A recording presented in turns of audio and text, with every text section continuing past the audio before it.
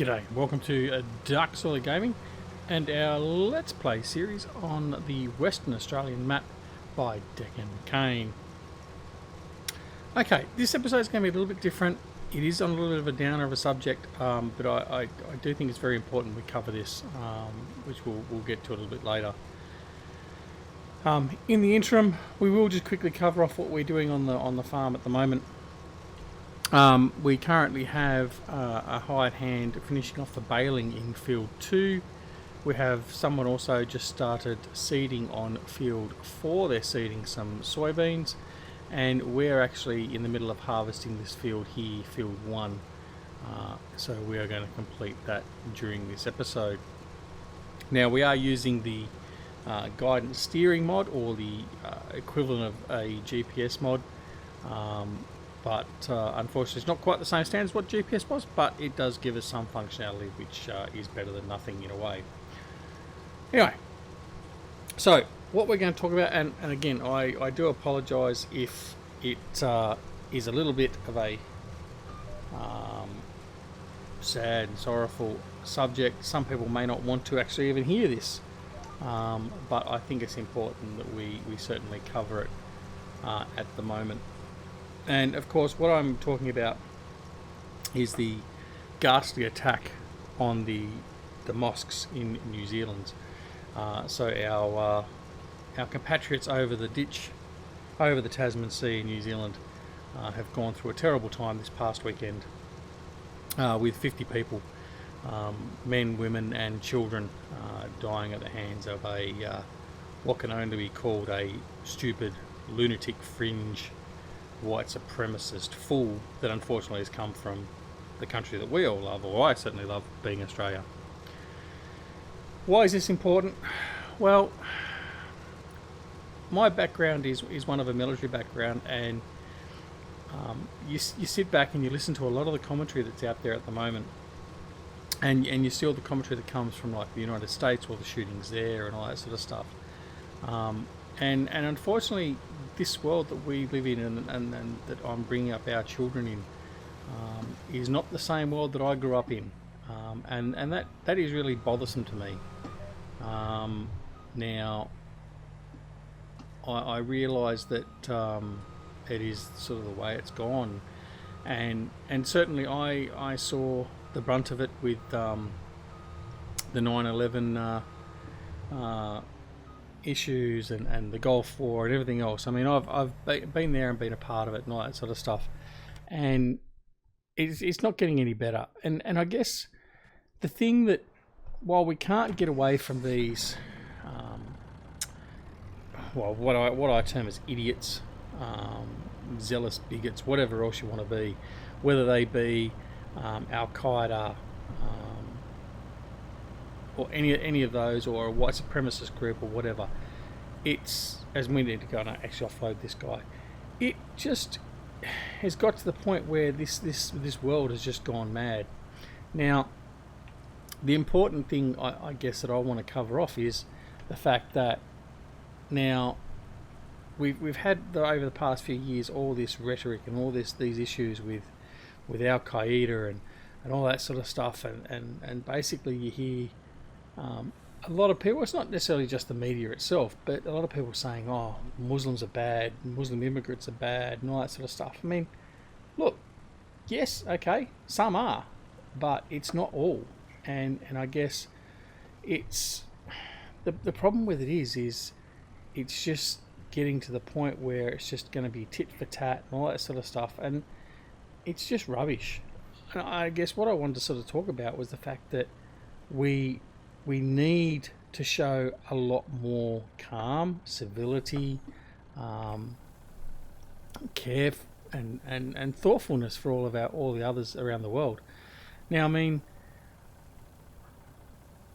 I know there's some people out there that are saying, oh, it's only a Muslim mosque and all that sort of stuff. I mean, that's not right.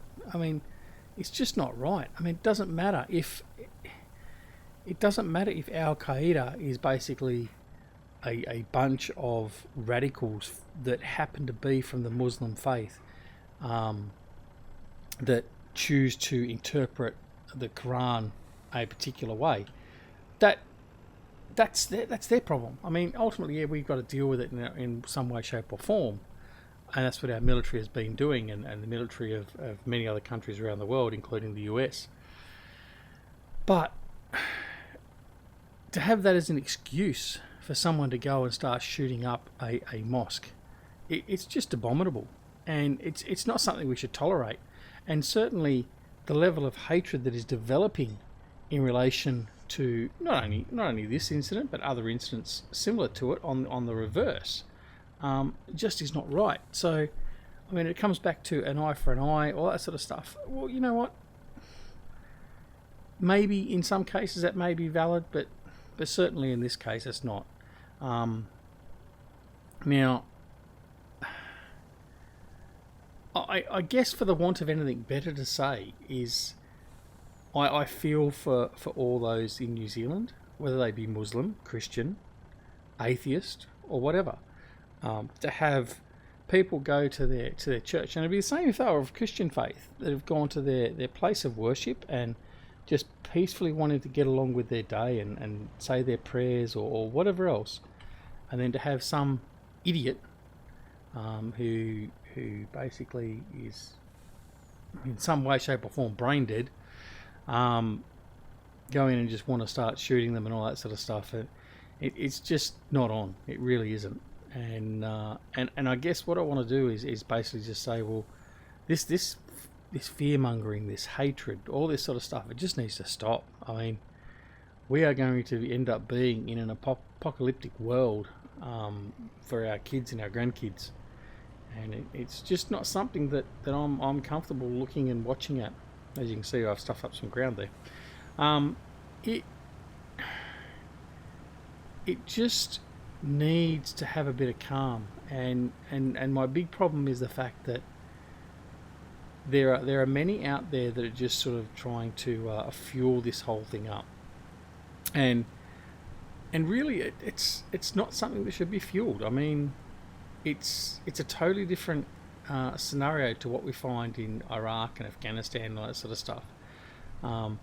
And I mean, people are talking about the fact that now we're going to have a Muslim uprising, and they're going to want to go to all the Catholic churches or the Christian churches and start shooting everyone. Well, you know what? That's not actually the case. The vast majority of people don't want to go through this crap, basically. The vast majority of Muslims don't want to go around, as unbelievable to some as it may be, causing pain and suffering to other members of the world. The vast majority of them are quite peaceful and just want to get along with people and live their own lives, the same as what the rest of us do. But anyway, I guess that's part of the rantish side of it. But I just want to basically put out there that we all take a part of this, and we all need to, whether or not you're an active part of it or not, whether or not you're a member of the Muslim faith, the Christian faith, the Jewish faith, Hindu, whatever else, none of it comes into it. We really all just need to be thankful for the lives we have, thankful for one another, and live peacefully amongst one another, and just enjoy what we've got, and make sure that our kids and our grandkids and all that sort of stuff have a world that is worth living in the years to come. And I just want to put my heart out there to those in New Zealand. It's a terrible thing, and I don't care whether they're Muslims or whatever, but certainly, as you've seen from outpouring around the world, our thoughts are with all of you, and it's terrible to see that. I mean, you've got innocent kids and women, and I mean, and the men in it as well. They're all innocent. They're like, it's just not right. It really is not right. I don't want to go on about this all episode, because I know it's. Look, I may even only get one view. I may even lose subscribers over it. But if that's the case, that is the case, and that's fine. But it's something that I feel is very important. It's certainly something that I want to talk about in that regard. Now, all that aside, and I really I didn't script any of this. As you can possibly tell, I'm just sort of going off the cuff, and I'm really sort of struggling to comprehend the mindset of some people, and obviously I'm calling them idiots because they're idiots. And like a lot of our media, I'm not going to bother saying the name of the guy that was involved, because I'm not going to give him what he wants, and that's the notoriety of what he's done. But probably one of the good things that I guess has come out of it is Jacinda Ardern, the Prime Minister of New Zealand. She has shown the world what it's like to be a true positive leader. Her actions, her words, everything she has done since this day has been an insight to politicians and leaders around the world. Now, I mean, just today we heard from the Turkish Prime Minister, who himself is basically a flip, and some refer to him as a pseudo-terrorist and all that sort of stuff. But he's basically said that, and I'm paraphrasing from what I heard in the media today, that basically any Australian that goes there and that doesn't respect their rights and all that sort of stuff can expect to be going home the same way as what their predecessors did back when they were on the sands of Gallipoli. And I mean, this is just an example of the rubbish and the crud that people are espousing, that is not getting us anywhere and is just causing more trouble. I mean, everyone says that this guy is a bit of a screw loose and all that sort of stuff, but I mean, it's just terrible the way things are going. Now, I mean, look, people say the same thing about Donald Trump. I mean, he's in a way he's probably antagonising China, and he's antagonising Russia and all that sort of stuff. And in a way, I don't mind some of the stuff he said. And I mean, look, many Americans will argue with me, but there's a time for doing that sort of stuff. But it's just getting to the point where it's just being really, really stupid. And I would like to think that most people that I know aren't of that mind. I mean, look, I'll admit, 25, 30 years ago, I had some very, shall we say, left opinions in relation to my basic thoughts on Muslims and on terrorism and all that sort of stuff. This is basically when I was younger, in the Navy, and obviously deploying to deal with these sorts of situations and issues around the world. Since having children, my mindset has tempered a lot, and certainly I don't think that. And I certainly think that it'd be nice. And I've met some Muslims. I've got some Muslims that are friends, and they're wonderful people. You wouldn't know what religion they were when you speak to them. The same as I've got friends that are Jewish and Christian and all that sort of stuff. I mean, and that's the sort of thing you want, and especially in a country like Australia, and certainly the same in New Zealand, where the countries are very welcoming, the people are very nice, and just want to get along and all that sort of stuff. It just comes as something that's terrible, and it really cuts the heart of the culture and the heart of the actual country, and it's certainly the case in this case. Now, I did also see something in the media in relation to one of our stupid newspapers put, it's no longer going to be safe or welcoming for Australians to go to New Zealand. It's like, you idiots. I mean, these are the guys that are basically feeding all this crap, whether they mean it or not. I mean, that sort of stuff is not helpful. And I can guarantee, okay, maybe one or two people might not want Australians over there because, unfortunately, this idiot was Australian. But you know what? They're not going to say that. We have a very close bond, the Australians and the New Zealanders, and it goes back to the Anzacs and all that sort of stuff, and basically that will never change. I don't think that will ever change.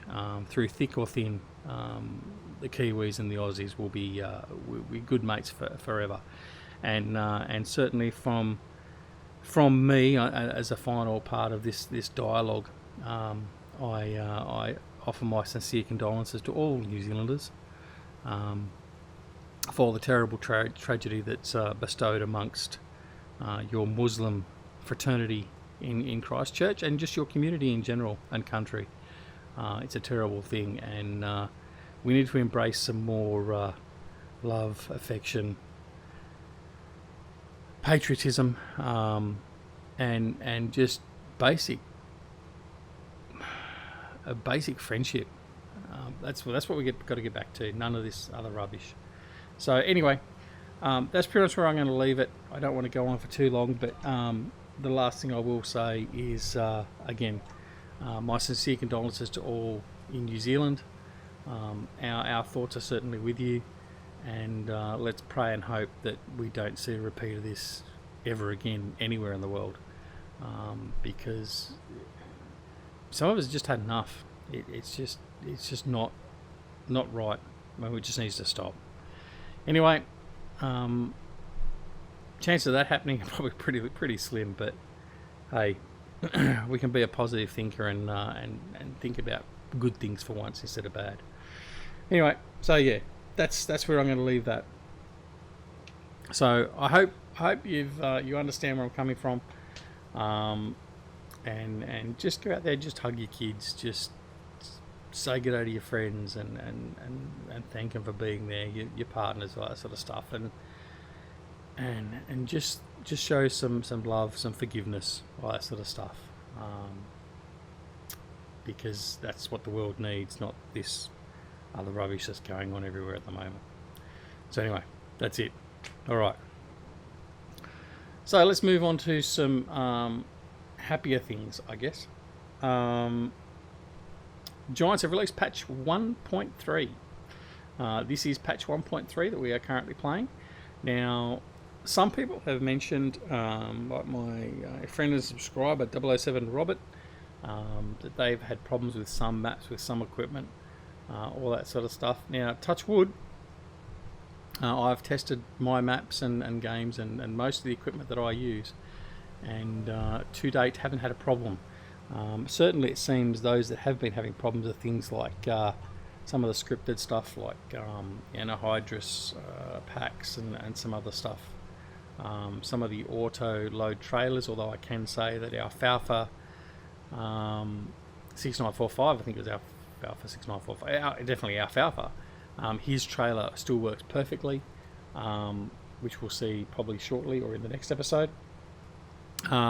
Stevie's mods are all working fine for me. He's one of the combines working perfectly. So yeah, that's fine. Now, one of the things that they did add to the patch is the ability when doing landscaping to put growing grass, pardon me, as a texture. Now, if you haven't already seen it, and so basically with that, it only works direct from the patch for Giants maps. So Felsbrunn, Ravenport, and Estacio La Pacha. Now, a couple of people have put out quick guides and information about it. Eustace Farmers also put a video out on it. So go over and check Eustace's video. Basically, there's just a couple of additions in code, which you can do via Notepad++ into the map, and then you'll have that function available in the modded maps as well. You don't have to wait for the modders to get around to getting it done and then getting it back online, or getting Giants to approve it, or any of that sort of stuff. You can actually go in there and reap the benefits of that straight away. We're personally not going to do that on this map, because we're not really planning on seeing any grass at all, because it doesn't really suit with this environment. But certainly for Fenton Forest we may possibly think about it, but again, that's not a map where I would consider doing any adjustments to the map. I think the map is pretty damn good as it is. So yeah, that's where I'm going to leave that at. But there's certainly things like Mercury Farm and other maps like that, you can certainly go ahead and do it. It's very easy, and Eustace's video explains it in very simple, basic terms, and really you can't go wrong following his instructions to get that done. So thanks to Eustace for doing that. What else is there? Apparently some of the fixes should be visible to many people. Really, to me, there wasn't that much in the patch. some of the assignments for a G27 should actually make a bit more sense now, apparently. But yeah, I honestly didn't see that much in the patch that really sort of made that much of a change. So yeah, so let me know in the comments what trouble you've had, if you've had trouble, or what it's actually fixed for you. Because again, I haven't actually found anything improved either in relation to the map or the game. So yeah, drop us a comment in the comments and let us know what you found. I'll just line this one up here. Well, he's a bit off. You get on track. There we go. All right, what else is there? Not a lot. We're progressing through here. We've got a lot of work to be done. We do have a fair bit of work coming up. We've still got three big fields to harvest. Now, we did make a fair bit of money from sales of our wheat. As we just come around, we're going to turn around. We're going to actually go around. Oh, got caught up there. We're just going to go around this pile on here and fix this up. Yeah, we have actually made a bit of money from the sale of our wheat. Not that you can see that at the moment. And what we did is we've actually bought a 4th combine. So we've now got 4 ideals. And we bought the dual wheel variant of Stevie's ideal. That's an 8T. So we've got that as well. So basically what the plan is from here on in, for the couple of the big fields, we're going to get them going simultaneously with dual combines harvesting the field. So if I bring up the map, I'll do it after this turn actually. And I'll show you which maps we're going to be harvesting next, which we'll get into once we've finished baling and collecting the bales off the field, which is field 2, I think he's on at the moment, doing that. Alright, so if I bring up the map, so field 2 is what we're finishing baling, so he's got a few rows there to do at the northern end of the field, and then he's got to do a couple of extra runs around the sides, and then we need to harvest field 13, field 11 and field 5. So we are going to set the harvesters up initially to deal with field 11 and field 5. So we'll put dual combines on them and we'll get them started. And while we're doing that, we'll also be looking at as we are full. Then we'll also be looking at doing the ploughing of field 2 and getting that ready to recycle. Alright, I'm going to take this over. So we've now got a whole pile of wheat from this field as well in the silo. So we will take that down as well when we get a good price, and we'll sell that as well. We have made a decision in relation to our lime, and now for those of you that would remember, we were talking about whether we're going to continue using lime or not. Since we sort of had that discussion, there was a mod released in relation to the usage. I can't remember the name of it off the top of my head, but it is in the mod hub, and we've applied that. So now we've actually set our lime spreader and our Hardy Rubicon to do 150 litres per hectare. So it is a light covering, but it should be sufficient for these fields, and hopefully that should actually make the lime a little bit more cost effective, but still giving us the benefits. So when we plough this field and also field 2, we will be putting a coating of lime on it. So we'll certainly be watching that with some interest in relation to how much we're going to use and how much it's going to cost. So yeah, we'll have to keep an eye on that. And I'm actually going to do a version of that solo as well on these 2 same fields with the default, just to sort of see what cost savings there are and exactly how expensive it is to use lime with the default spread and all that sort of stuff. Alright, didn't need to turn him off.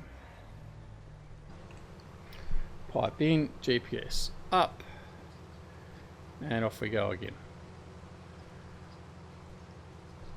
All right, and that's about the time to end our episode here. Again, I apologise if you may not still be here, but if you didn't like the diatribe I was on about, but it was just something I felt that I needed to cover and to discuss.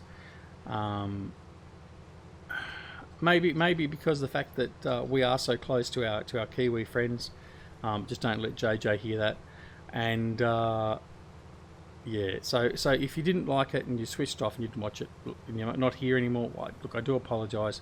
But it was something that I thought was very important to get off my chest, and I think this is what it's used for.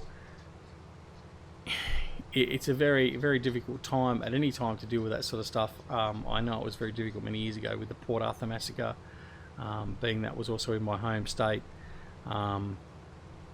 and my family actually knew one of the members there that was shot. But my heart goes out, like I said before, to all those in New Zealand and all those families that are affected by that terrible tragedy. So again, thanks to everyone for watching. I hope you'll stay with us. For those of you that do or have seen me, you'll know that basically I do call a spade a spade. I'll be direct, and I'll tell you what I think about things.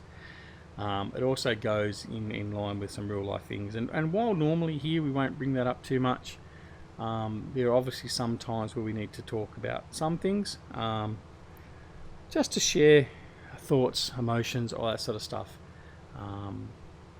because I think it's a good thing to do, but also to share our opinions and discussions and on real life topics, as well as obviously our simulated life.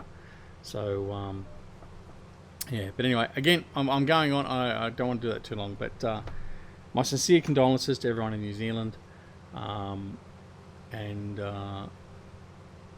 hopefully we'll never see anything like that again. To you, my subscribers and my viewers of my channel, thank you very much for being with us. We're still slowly growing. We're getting close to our next goal of 1,000 subs. Slow and steady wins the race. We're not in any rush, but I do appreciate each and every one of you that do stick by and chat with us and all that sort of stuff, and also those of you that are obviously in the Discord channel that are there to help keep me sane or drive me mad, one of the two. Do enjoy having all of you there. Don't forget that you can come and join the Discord server at any time. The details are down below in the comments. We do also have a multiplayer server that is available for those members that are either VIPs or Patreon supporters of the channel, which we also have available. If you wish to support the channel, feel free to do so. There's no obligation, obviously, but that will help in the running of the costs of the website, the multiplayer server, and just generally doing this stuff as a part-time venture. And also, don't forget to check out the Simulation Gaming Society. It's a group formed by myself, Eustace Farmer, and Jerry Grizzly Bear Sims, and we'd love to have you over there as well. The details for the Discord are down below as well. And don't forget to check out all my good friends that are listed down below as well, and watch their videos with great content. Alright, thanks very much for watching, and we'll see you all again very, very soon back here at Duck Solly Gaming. And no matter whether it's morning, afternoon, evening, or night, no matter where you are in the world, take care of yourselves and your loved ones, and we shall see you all again very, very soon back here at Duck Solly Gaming. Thanks very much for watching. See you all later. Bye.